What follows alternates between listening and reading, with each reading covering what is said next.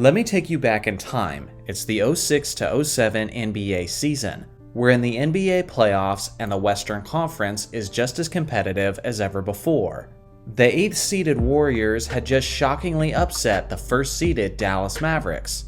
The veteran-led San Antonio Spurs appeared poised for yet another deep postseason run, and the Phoenix Suns were looking as if they were finally ready to win their first championship in franchise history, as they were led by the recent back-to-back MVP winner. And unlike the previous season, the Suns were actually completely healthy in time for the playoffs.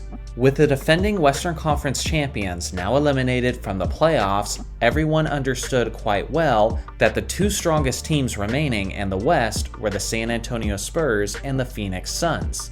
At this point in history, the Western Conference was considered to be much stronger than the Eastern Conference. So the popular belief was that whoever won the matchup between the Spurs and Suns would be the eventual championship winner. As the 2nd seed and the 3rd seed, these two teams were meeting up in the 2007 West semifinals. Leading up to this series, the last time we saw these two teams meet up in the playoffs was in 2005, where the Spurs eliminated the Suns out of the conference finals in just 5 games. Phoenix had grown much stronger since then though, as their defense had significantly improved, and they gained some much needed postseason experience. When the 07 series finally began, it was every bit as competitive as people were hoping it would be. After 3 games, San Antonio was up in the series 2-1, but Phoenix was leading Game 4 heading into the final minutes. A Game 4 victory for Phoenix would not only tie the series, but it would put them in a commanding position, as they would be taking back home court advantage with Games 5 and 7 being played in Phoenix. Now heading into the final moments of Game 4, the series had been a physical one so far. Steve Nash accidentally collided heads with Tony Parker and gruesomely busted his nose. The nose would be re-aggravated several times throughout the series, and due to this, his superstar teammate Amari Stoudemire said that there was a high priority on protecting their MVP winning leader. So with that in mind, let's return to the final few minutes of Game 4. Phoenix is up by 3 points with only seconds left in the game, which means that San Antonio is in a must-foul situation. As Nash has the ball, he's sprinting into the front court, which is where Robert Horry meets him to deliver a strong hip check. With unnecessarily rough contact and seemingly no play on the basketball whatsoever, this was quickly deemed as a flagrant foul on Robert Horry. Obviously, after seeing the 6'10 Robert Horry take a cheap shot on their 6'3 point guard, the Suns team had a very emotional and visceral reaction. Phoenix players like Raja Bell, Sean Marion, and Leandro Barbosa were all physically involved in the commotion on the court. But even with that being the case, none of those players ended up being the central focus of the event. When you draw your attention to the Suns bench, you'll see a couple of players leave their seats and approach the commotion. Among those players was their superstar and their leading scorer, Amari Stoudemire, who was only on the bench in the first place because he had 5 personal fouls.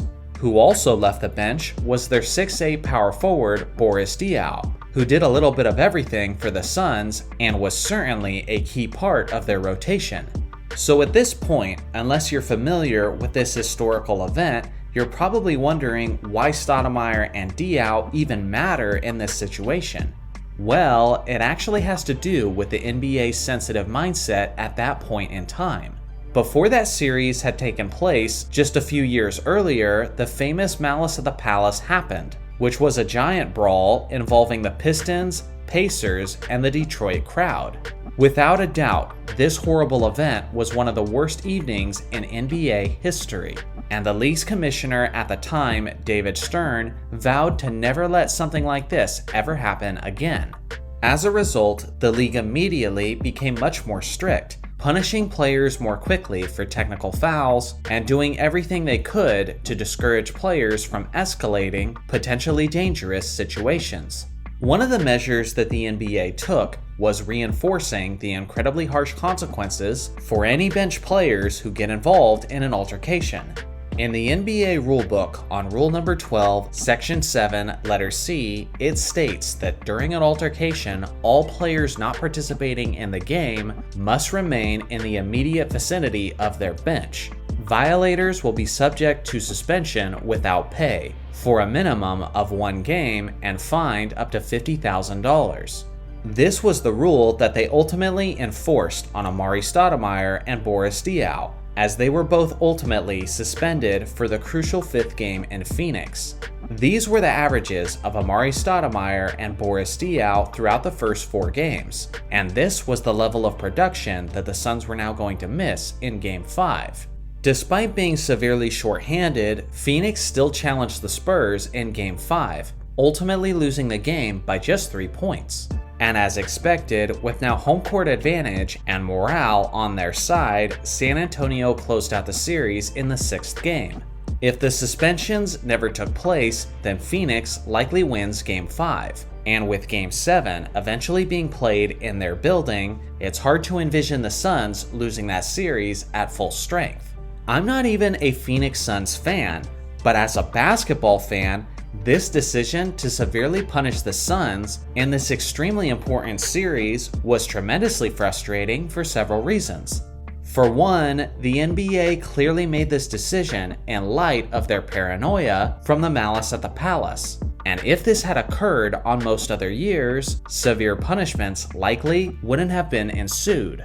It was also frustrating because the NBA has been extremely inconsistent throughout the years about enforcing this rule. And there have been many other instances, before and since, where players came off the bench to get involved and were not suspended. So to all of a sudden take extreme measures in a pivotal playoff series that ultimately decided the championship seems like a gross misuse of power. And maybe the biggest reason why it's frustrating is because they essentially rewarded Robert Horry for committing the cheap shot. If Horry did it on purpose just to entice the Phoenix players to leave their bench to support their teammate, then it was a ruthlessly brilliant decision, regardless of it being morally reprehensible.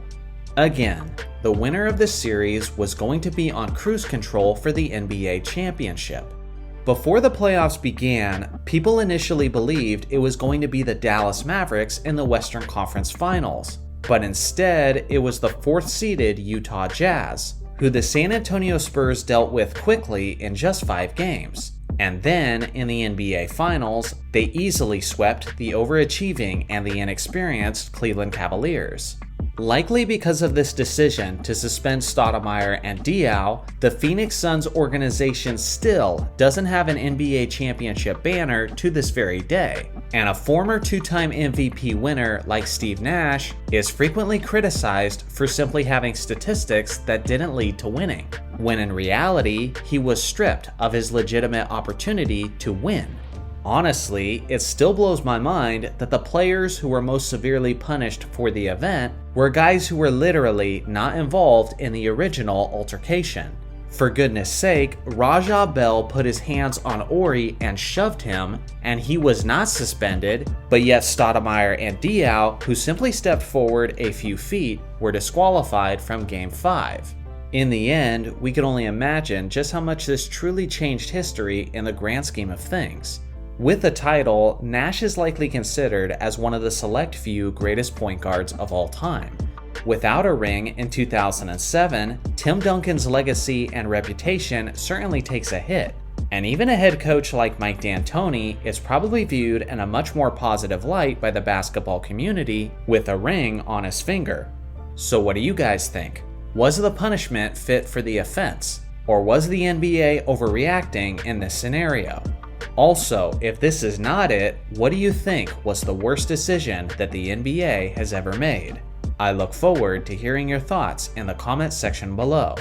Thanks for watching as always, make sure to like and subscribe for more basketball content, and I'll see you guys in the next video.